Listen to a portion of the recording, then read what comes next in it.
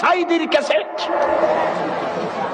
আমি বলেছি আমার ক্যাসেট থাকায় যদি অপরাধ হয়, যদি অপরাধী কেউ হয়, যদি গ্রেফতার করা লাগে, বাংলার 14 কোটি মানুষকে গ্রেফতার করতে হবে। বাংলাদেশের মুসলমান পৃথিবীর যে দেশে আছে সেই দেশে ক্যাসেট আছে। তবে হ্যাঁ, আমার অপরাধ হবে যদি আমার কোন ক্যাসেটের বক্তৃতা দিয়ে যদি একথা প্রমাণ করা যায় যে আমি সন্ত্রাসকে উস্কে দিয়েছি, তাহলে আমাকেও গ্রেফতার করো। এই কাম আমরা করি না। আমরা গোপন আন্দোলন কেন করব? জামাত ইসলামের দুঃখটা কি গোপন আন্দোলন করা?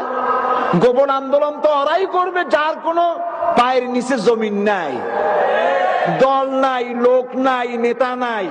ওদের দরকার, আমার দরকার আছে? ওনাদের খুব কষ্ট। ওনাদের মানে বুঝতে পারছেন? ওই যে তাদের খুব কষ্ট। আমরা এখন কি বলবেন? এই যত জঙ্গি ধরা পড়েছে, এই জঙ্গির সাথে জামাতের গভীর কানেকশন। কি কানেকশন? সাংঘাতিক। কি সাংঘাতিক! এই যে জঙ্গি, এই জঙ্গির দাদা তার নানার খালাতো ভাইয়ের শ্বশুরের মামুর বিয়াই, সেই একদিন জামাত